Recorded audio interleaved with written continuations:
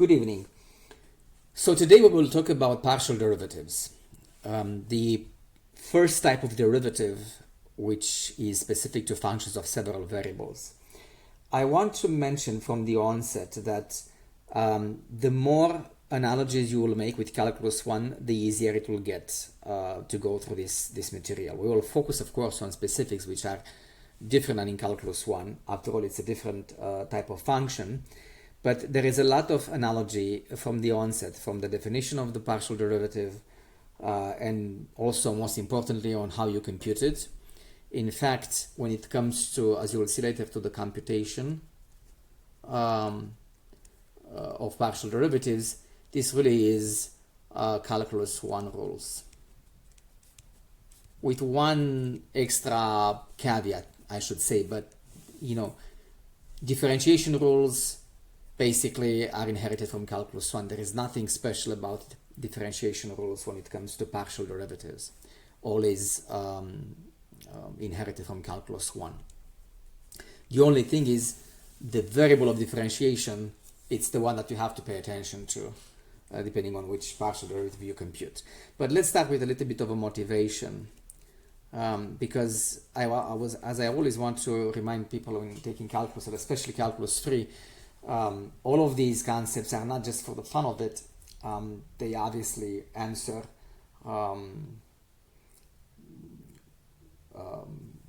important questions in real life or relevant questions that come up in real life problems.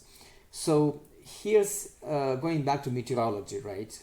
Because as I mentioned before, many of my students are meteorology majors. There is something called the wind chill factor,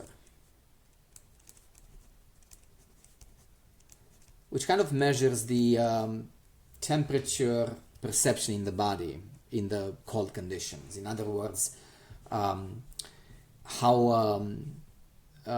fast you lose heat, essentially. So the perceived temperature because of the loss of heat, which obviously is due to the wind, but also because of the cold weather. So in other words, if the weather is cold, but on top of that you have strong wind, the actual perceived temperature is going to be lower than the actual temperature of the air. That's because the wind, of course, makes you lose heat even faster. So just by describing this concept or this quantity, I already actually talk about a function of two variables. So this wind chill factor, whatever it's computed, I'm not going to get into that now. I don't even remember actually what the formula is. It's just basically some formula, but for sure it involves essentially two variables. It's going to involve the speed of the wind. So in my notation here, this will be the wind speed. And T will be the ambient temperature.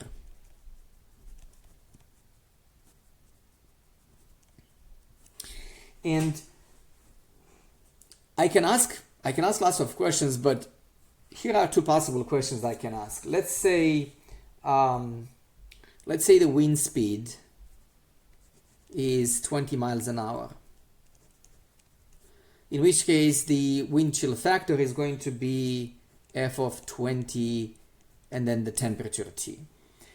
So within that window, when the wind speed is 20 miles an hour, let's say the temperature varies. And I can ask, for example, what happens with the wind chill factor if T varies. For example, if the temperature increases, what happens to the wind chill factor? Does it increase or does it decrease? So remember, the wind chill basically it's going to be it's going to be lower the colder it is, basically, right? Because it measures the perceived temperature. So basically, if the temperature increases, the wind chill factor will increase. If the temperature drops, the wind chill factor will drop as well. So you could say that for a fixed speed of the wind, if I vary the temperature, then that's going to be basically an increasing function with respect to the temperature. Again, if I keep the wind speed constant. The temperature increases, the wind chill increases, and vice versa. But what if, for example, we are in a situation in which the temperature is fixed for a certain period of time? Let's say the temperature is minus 5 degrees Celsius, for example, or Fahrenheit, whatever the Fahrenheit is really called. Let's say minus 5 degrees Celsius. In that case, the wind chill factor, if the speed of the wind varies, will be f of w minus 5. What if I ask the same question? How does this change now if the wind speed varies? And notice now the change in the function in the wind chill is going to be actually the opposite as before. At this point in time, if the wind speed increases, again, that makes the body to lose heat even faster, which means the wind chill factor should decrease. So as a function of W, again, if we keep the temperature constant, the wind chill is a decreasing function. So you could say that it is increasing in T and then decreasing in W. So this is basically one of the easiest way to imagine the necessity of something called partial derivatives, which these are derivatives with respect to one variable at a time, right? So a partial derivative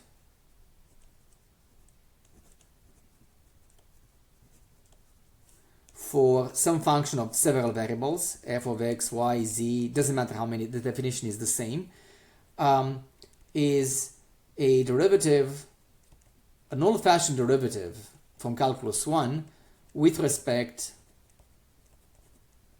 to one of its variables at a time.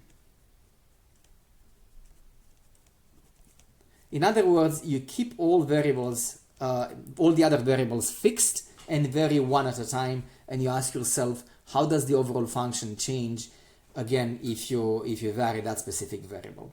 So as you can see, we're going to have as many first order partial derivatives as the number of variables.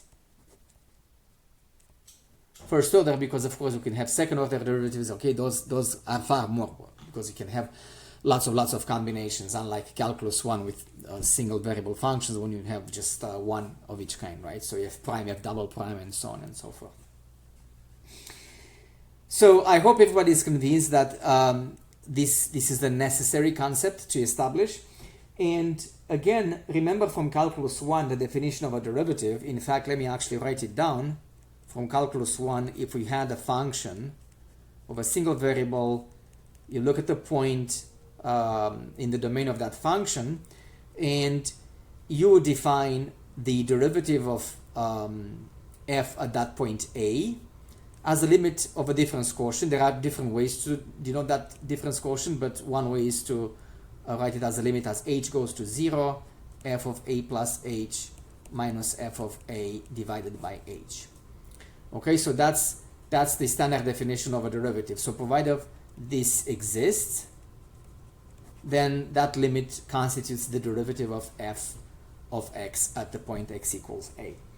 I want to mention again one more time, exactly the same definition works here, which stands the reason, right? I mean, it's nothing hard, I hope, to follow, because once you keep all the other variables constants, essentially the function becomes a function of a single variable for the purpose of computing this derivative. So with that in mind, let's actually introduce now the we're going to do it for a function of two variables, because the idea is the same for any number of variables. So let's consider a function of two variables, x, y, and a, b, a point in the domain of f of x, y. So we're going to say that the partial derivative of f of x, y with respect to x at the point a, b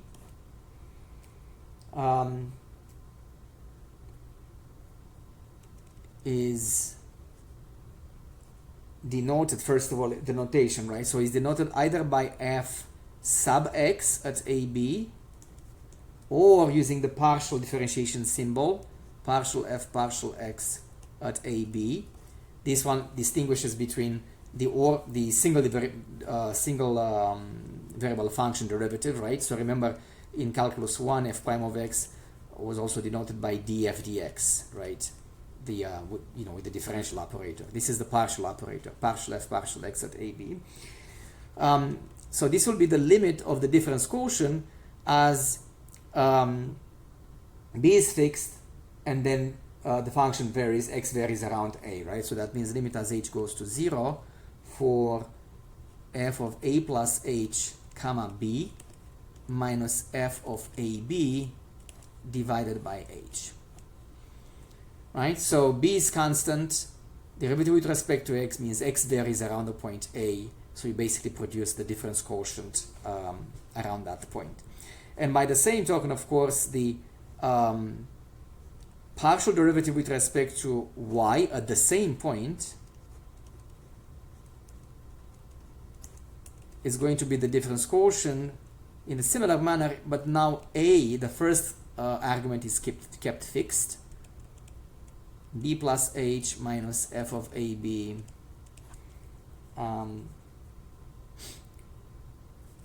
divided by h. So these are the partial derivatives, again, provided these limits exist. Otherwise, we say that the function is not differentiable. Like we say that the partial derivative with respect to that variable doesn't exist at that point. This is a pointwise property. Remember, a function can be differentiable at a point, or it may not have partial derivatives at a different point. So let's actually look on the second page on the geometric interpretation. Again, analogous to calculus 1. Remember, in calculus 1, let me squeeze in here as a quick review. What was the geometric interpretation of the first derivative in calculus 1, right? You have a function, let's say a point x naught for a function of a single variable.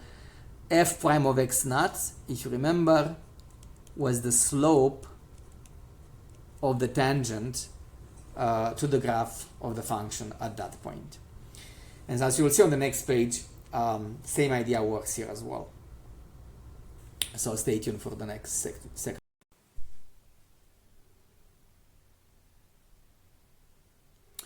Okay, so you may want to pause the video a little bit and take your time to take a couple of minutes to sketch this on your notebook.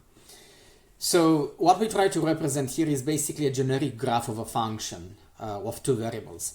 By the way, on the side note, you would notice that when I illustrate a concept with a graphical representation, I imagine this function which is positive, right? I mean, it sits above in the positive region of the space, right? Doesn't have to be that way. I mean, it can cross all planes. It can be far more complicated, but this is for the purpose of visualization. So we want to basically show the easiest image to follow, basically. But just realize that the graph of the function f of xy can be far more complicated than this. So let's take a function of two variables, f of xy, like I said, and imagine that AB, it's a point on its domain over here in the xy plane, and then evaluated at AB, the z value is going to be right here on the z-axis. Okay, so where I have this blue and red line intersecting, I'll talk about in a moment what they are.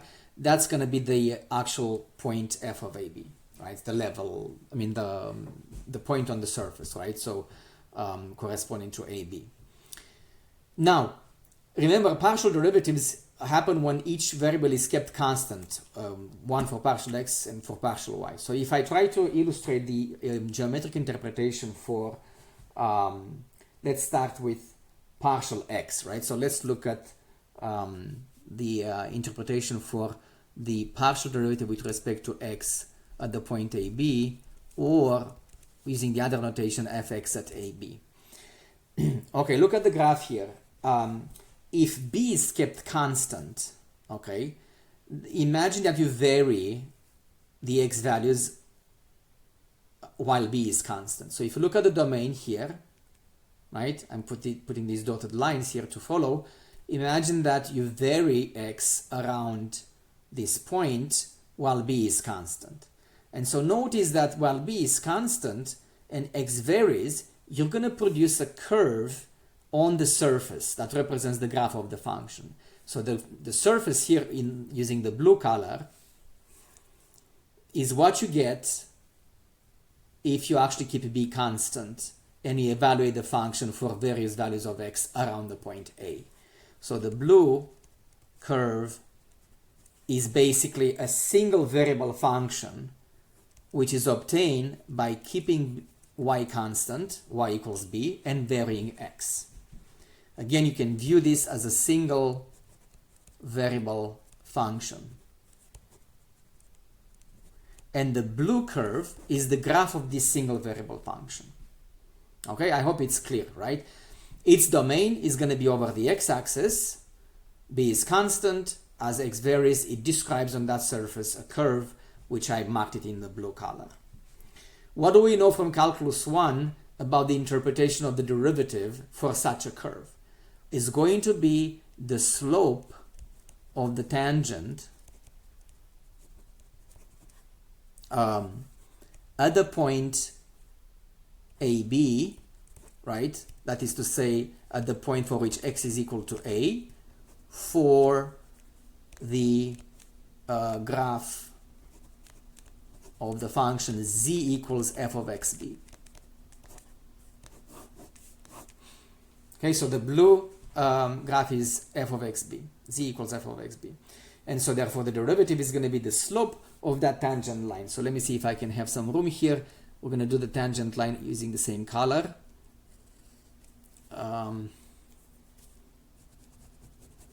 Like that. Make sure I can separate it from the actual curve. So fx at AB will be the slope of this tangent line. And I hope it's clear by now that the same thing works, I mean the same idea works for the other curve, okay? I mean it's essentially the same discussion. What about the interpretation of partial y at AB? The derivative with respect to y at AB, or using the same notation, the alternative notation, fy at AB.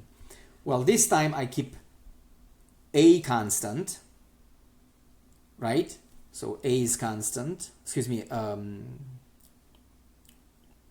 x is constant, and then y varies. As it does so, it describes the curve on that surface, which is denoted by f of ay.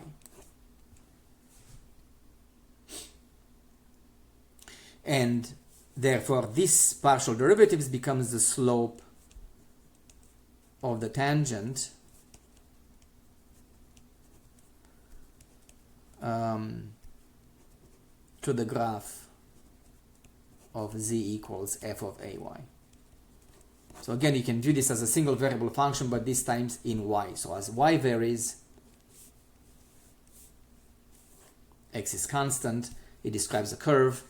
The tangent to this curve at the same point will have the slope given by partial y at AB.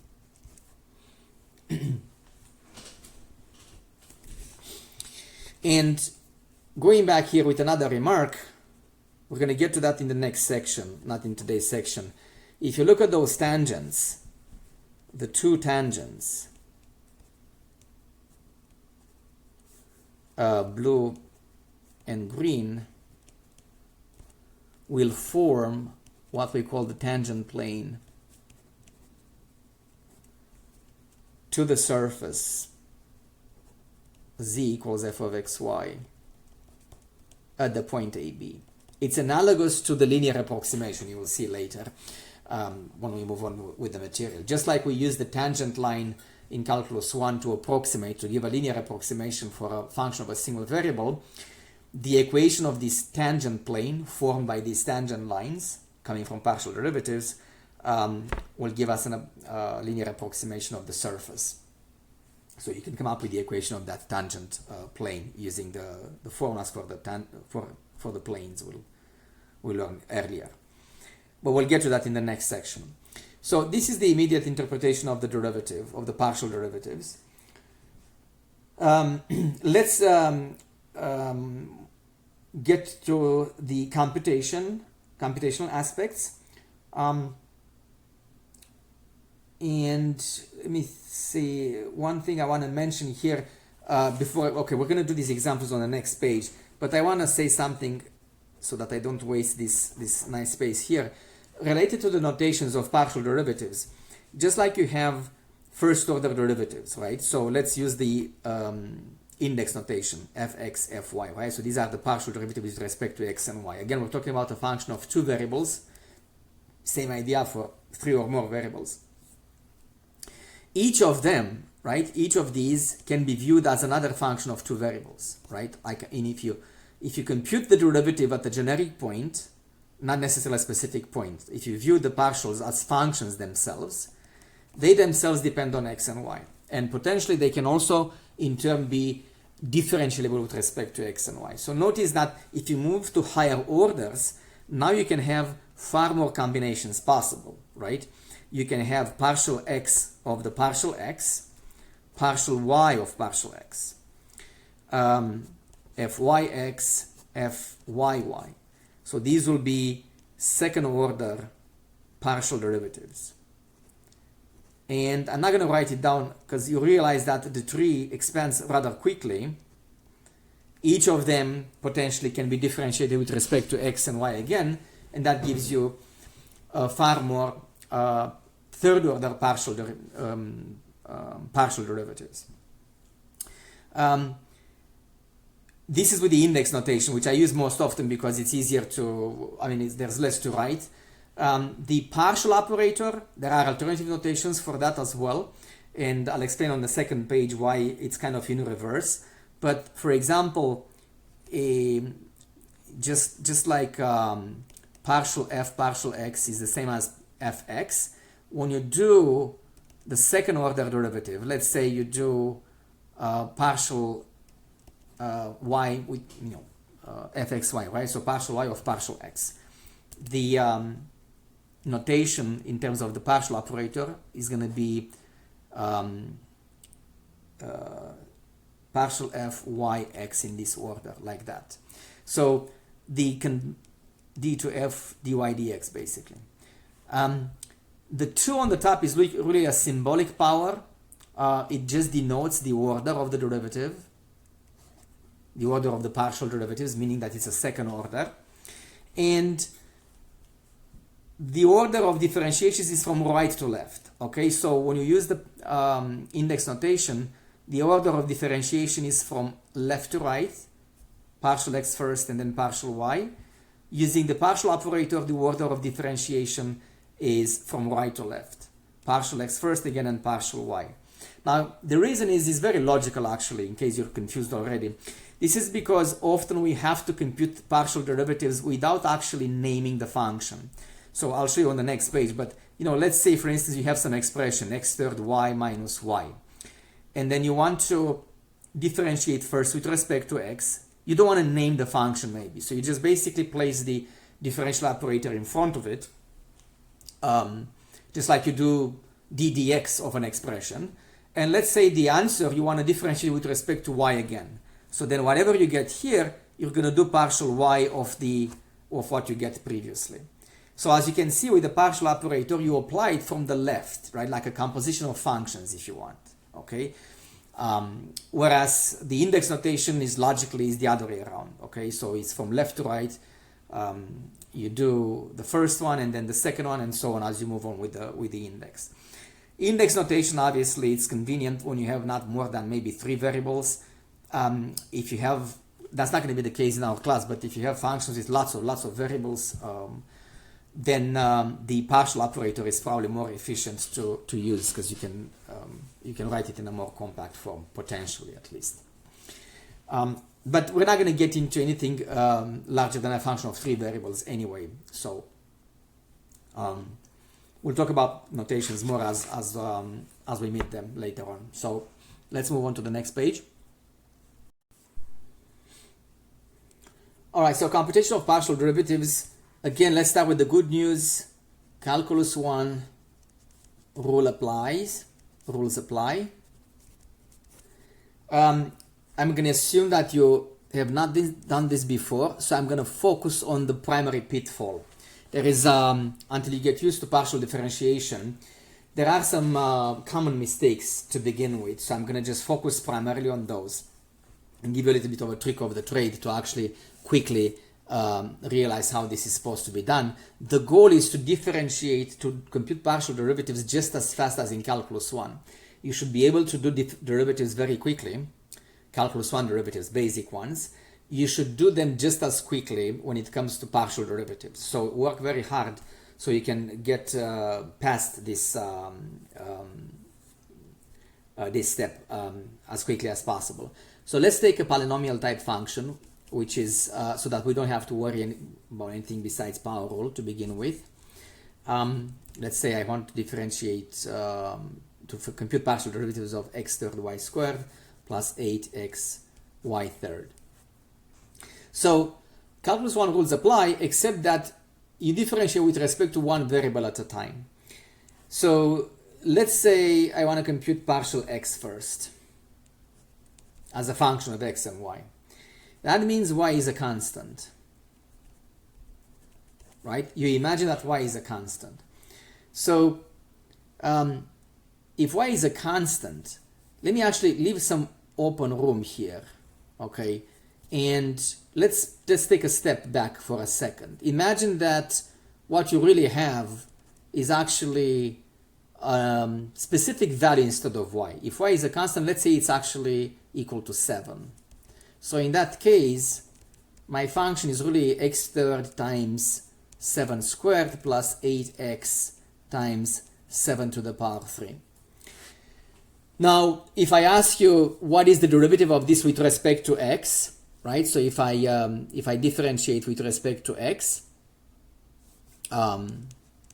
this expression, I'm going to assume that nobody who takes calculus 1 at this stage will have any difficulty to realize that, well, 7 squared is really a constant.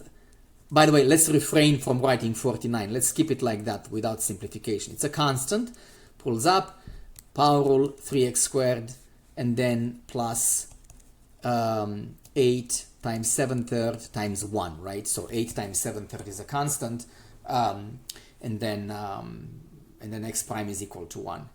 The reason it's to be easy is because you clearly see that y is a constant. I gave it an actual number, okay? So it shouldn't be obviously that difficult when you go back to the original exercise to realize that partial x is going to be 3x squared y squared. You know that 7 squared is really y squared. You don't have to give it a specific value, right? You just basically treat it as a constant. And then, of course, the last term, again, using the rules from calculus 1, differentiation of a sum is the sum of the derivatives. That's going to be 8 y third times 1. Again, because y is used as a constant. So I'm not going to do this type of deviation because it's kind of tedious once you get the hang of it.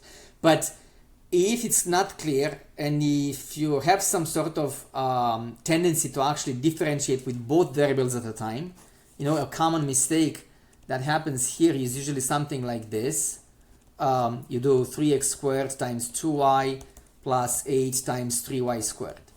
Okay, right? Which means that you kind of differentiate with both variables at the same time, right? You do it one at a time. That means the other one or the other ones, right? If it's more than 2, are treated as constants. But you should really visualize them as constants in your mind.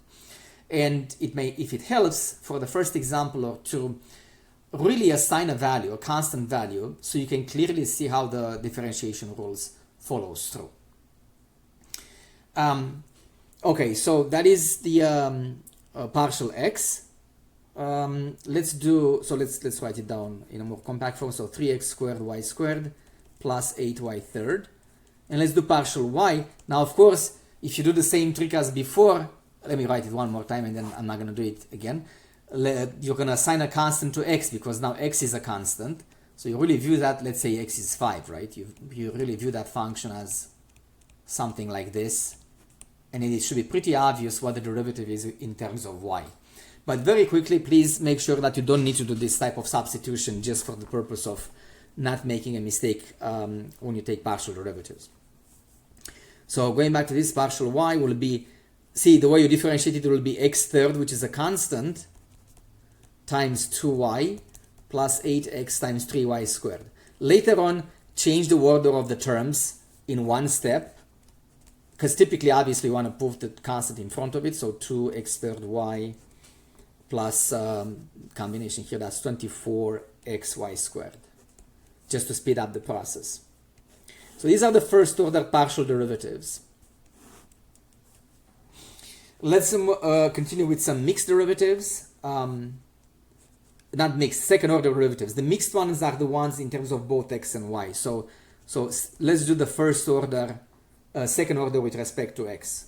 Okay, another notation will be something like this. That's another notation for the, again, I prefer to use the index notation because it's just easier to handle and maybe less confusing. So f partial x twice, I look at partial x and differentiate with respect to x one more time. So this is just 6xy squared. I said that I don't do that substitution, but I'm going to do it at least one more time. Because again, sometimes people in the beginning have a hard time understanding why 8y third disappears. Again, if I do partial x of the previous partial x, I keep y constant. Really imagine y is an actual value, like let's say 7 again, right? So 8 times 7 third, whatever it is, this is just an overall constant. So when you differentiate with respect to x, obviously it goes away, it's 0. Moving on, partial y twice, make sure you look at the right first order one. Now y again is kept as a constant, differentiate with, x is a constant, differentiate with respect to x again, with respect to y again, that's 2x third plus 24y squared.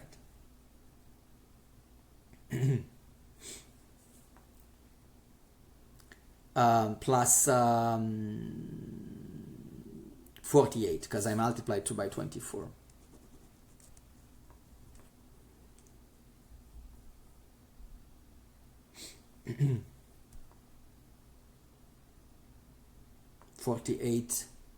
Not y squared, what am I saying? Sorry about that. One more time. I got carried away with that substitution. So fyy, so that's going to be 2x third plus 48xy. 2y times 24x. The derivative of y squared is 2y. All right. Let's do now the so-called mixed second order partials. That's fxy and then fyx. So you look at partial x and you do it now with respect to y. That's going to be, you should probably pause the video and do it on your own and just check with me. That should be 6x squared y plus 24y squared. Finally, fy partial x, that's going to be 3x squared y, that makes it again 6x squared y, and then 24 times y squared, that makes it 24y squared. Okay, so now here's an important remark. Notice that the mixed partial derivatives are equal. All right, so that is not a coincidence. There are a bunch of major theorems which actually tell you when this is actually applicable, when it happens. Doesn't happen all the time, but again, it's beyond the scope of this class. For nearly all partial derivatives you're going to encounter in this class, the mixed partial derivatives will be equal. This is basically, there are lots of theorems and sufficient conditions basically that establish under what conditions this is true. For example, one of them states that as long as the partials exist and are continuous, then the mixed derivatives are always equal to each other. So keep this in mind, because if it's clearly a continuously differentiable function, then you don't have to compute the mixed partial derivatives again, right? So I mean, you can interchange the order of differentiation basically and get the same result. And notice that this actually extends indefinitely. Let me illustrate what I'm talking about. Let's say, for example, you have you have something like this. If let's say you have a function of two variables, it doesn't have to be of two variables, it could be any number of variables, but let's say you have something like that. You can basically interchange the order of differentiation however you like. Okay, all of these are equal provided again the partial exist and are continuous, because you can apply this rule one at a time. So for example, if I look at fxy, right, first, I can interchange with fyx, and then of course this becomes fyxx. Okay, same idea. You can pair two of them, you can interchange them, pair the other two, interchange them, and so on and so forth. So you can basically extend this rule to conclude that you can change the order of differentiation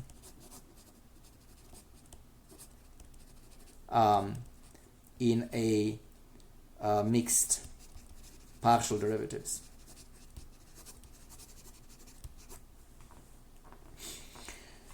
All right, so we're going to move on with other examples on the next page. We're going to also do probably an example, a numerical example, and I think that will be probably enough. So stay tuned for the next page. All right, so let's go over a couple of exercises and some just some variations of what we discussed before. So the first one, you should pause the video and try to compute it on your own.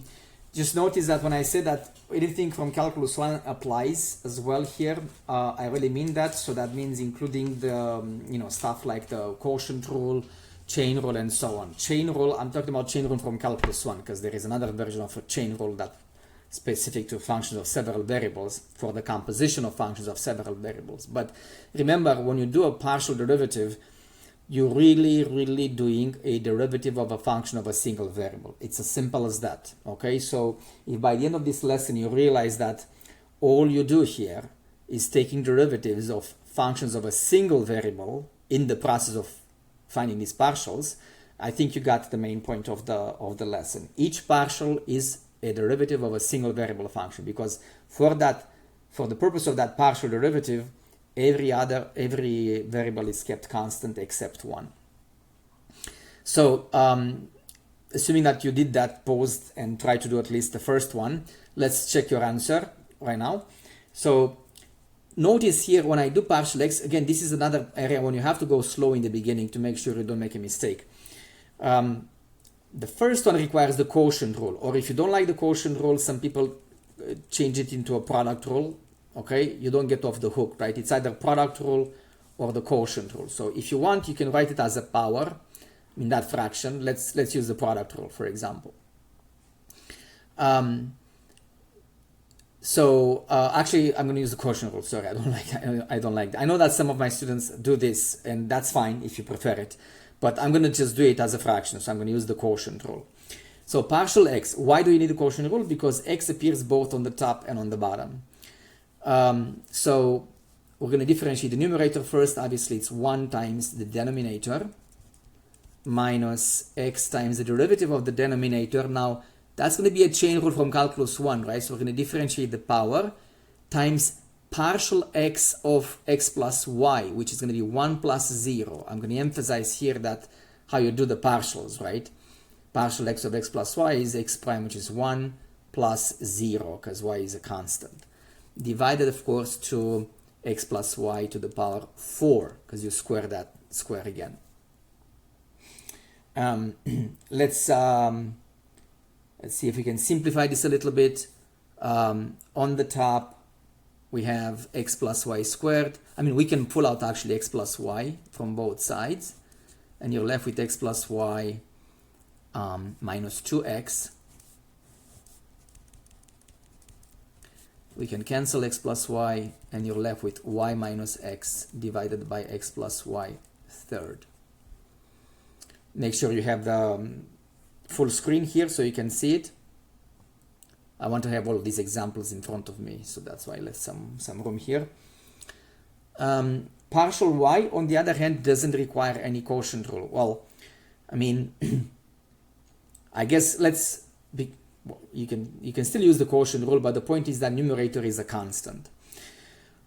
Just for variation, actually, let's do it as a power. So we're going to look at this, right? So we don't need the product rule. That's what I'm talking about here, right? Because x is a constant when you compute partial y. So we're going to have x and simply follow through with the chain rule. Minus 2 x plus y to the negative 3 times partial y of the inside, which is 0 plus 1. If I rearrange the terms into a fraction, this will give me minus 2x over x plus y third. So sometimes one partial is a little bit less work than the other, okay, depending on how the expression is built in.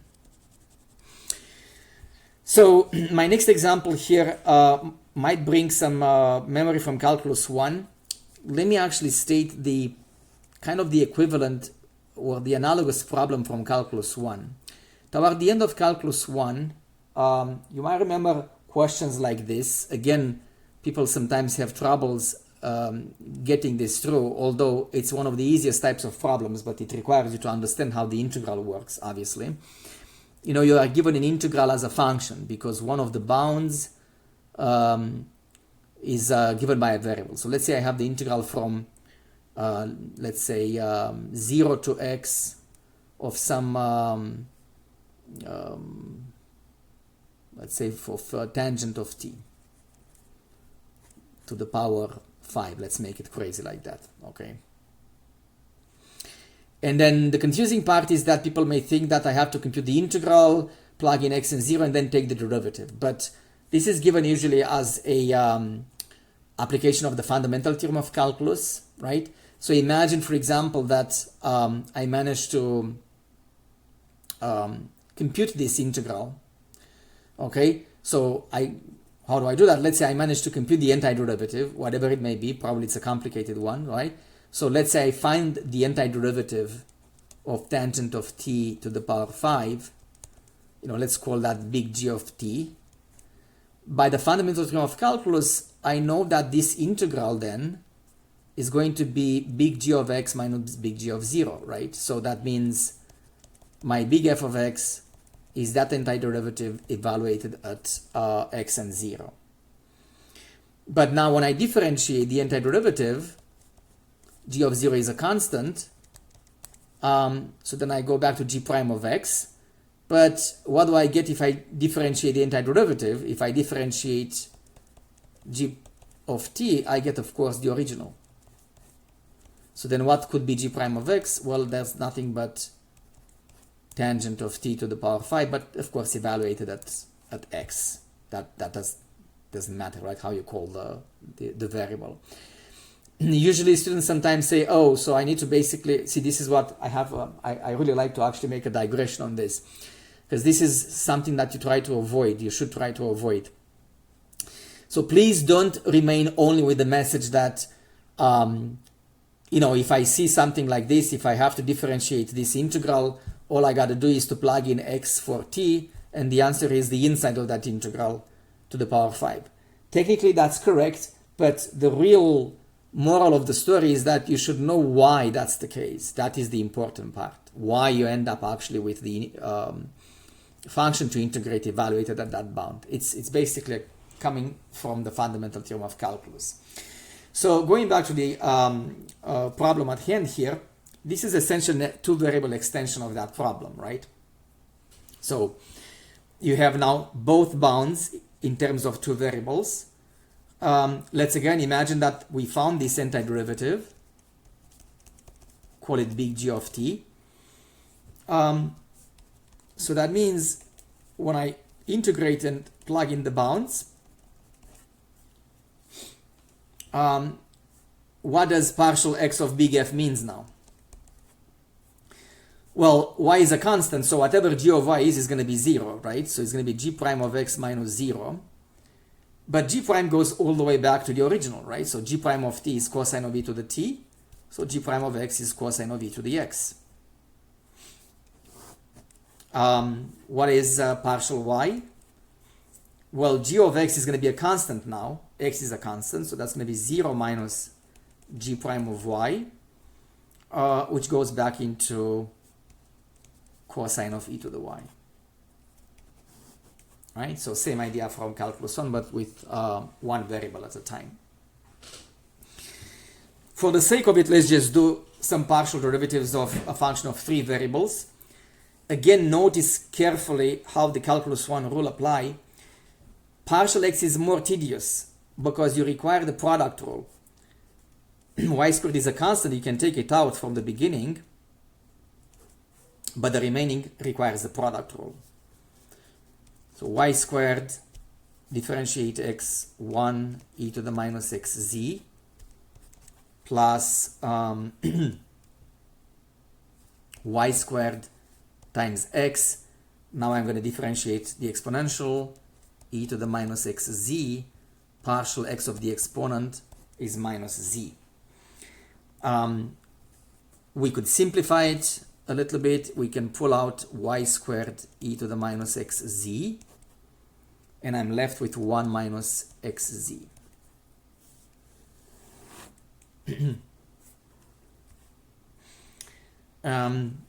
Let's do fy.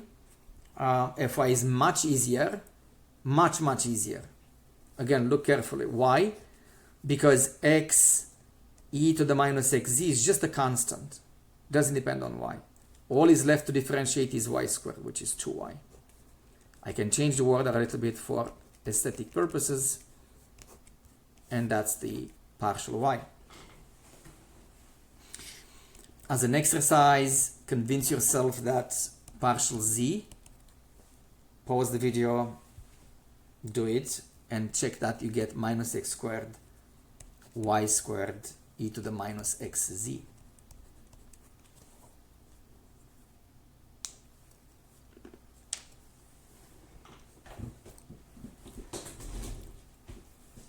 Okay, so this is a problem from the book. We can use the concept of a partial derivative to approximate the value of a function. We did something like that in calculus 1. This is again analogous. There are situations when you don't know the function, basically. You don't know what the function is, but you have a sample of values of that function. You could still use the concept of a derivative to estimate these derivatives based on a sample of values. Of course, that's not going to be the precise number for the derivative, but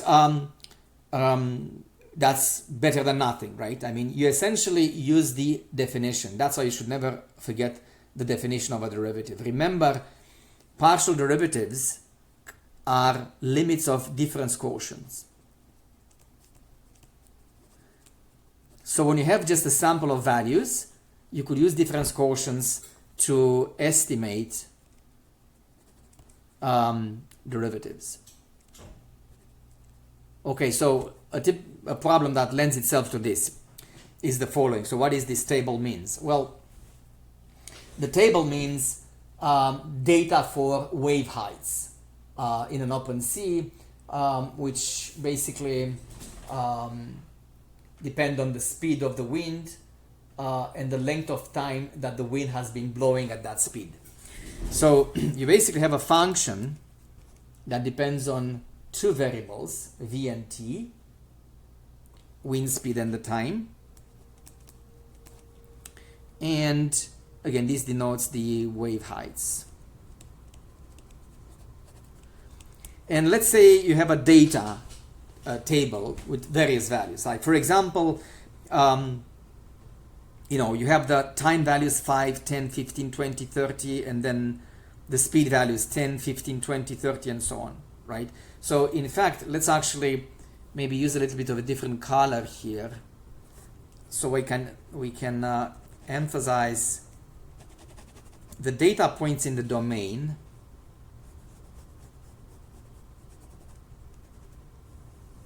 And the remaining are the values of the function itself, because I don't want you to confuse the points on the domain with the value of the function. So for example, to interpret this table correctly, for instance, f of 15, 20, f of 15, 20 is actually 5, right? You look at the row 15. I don't want to put my pencil on it, so I don't want to mess this value. So look at the row 15, and then column 20, so the intersection, that's the value of the function. Okay, so let's say you try to estimate the partial derivatives at the point 40 and 15. Let's say I want to compute, let's see,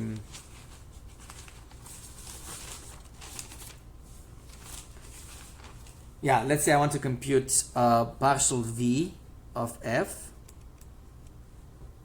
at the point 40 and 15.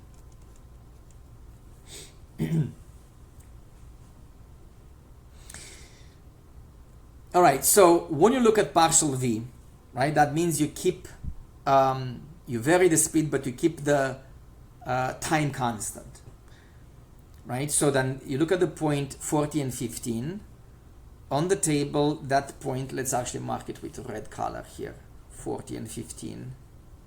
It's over here.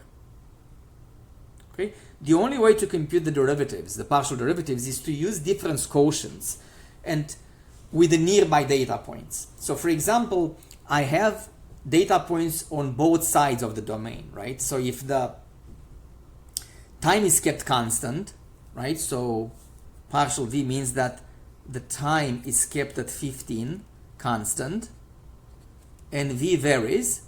That means I'm looking at the column variation of the values. So I'm looking at right here, when I put the arrow here, I look at the column corresponding to t equals 15, and I just compute the nearby difference quotients and average the two.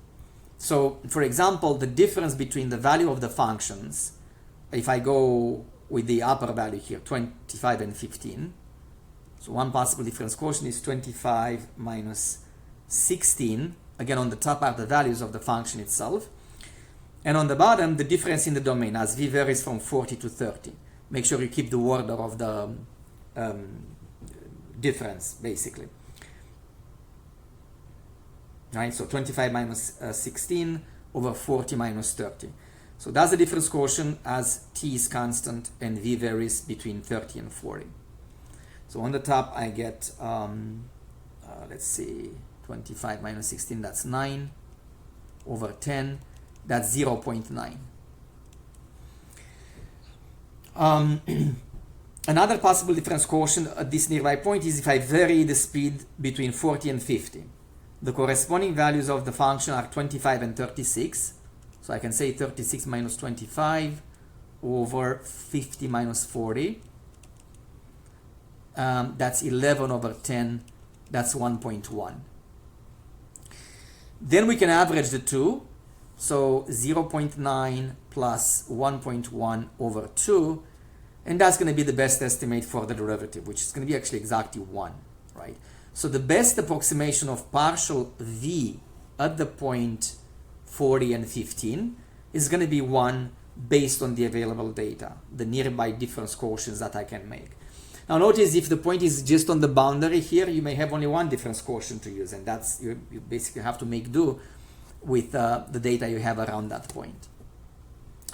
So pause the video and try to do the same now for the other partial derivative, that is partial t at the point 40 and 15. Obviously in this case now the speed is constant at v, so I'm going to look at a row as t varies around that point.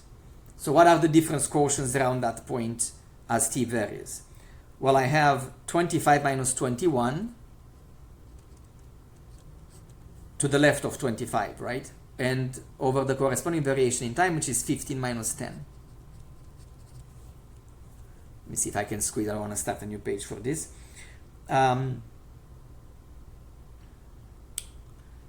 That's going to be 0.8.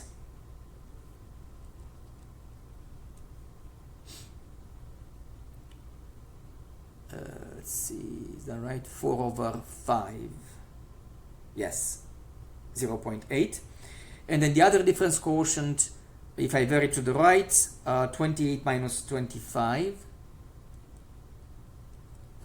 over 5 again, because that's 20 minus 15. This should be equal to 0.6. And again, if I average the two,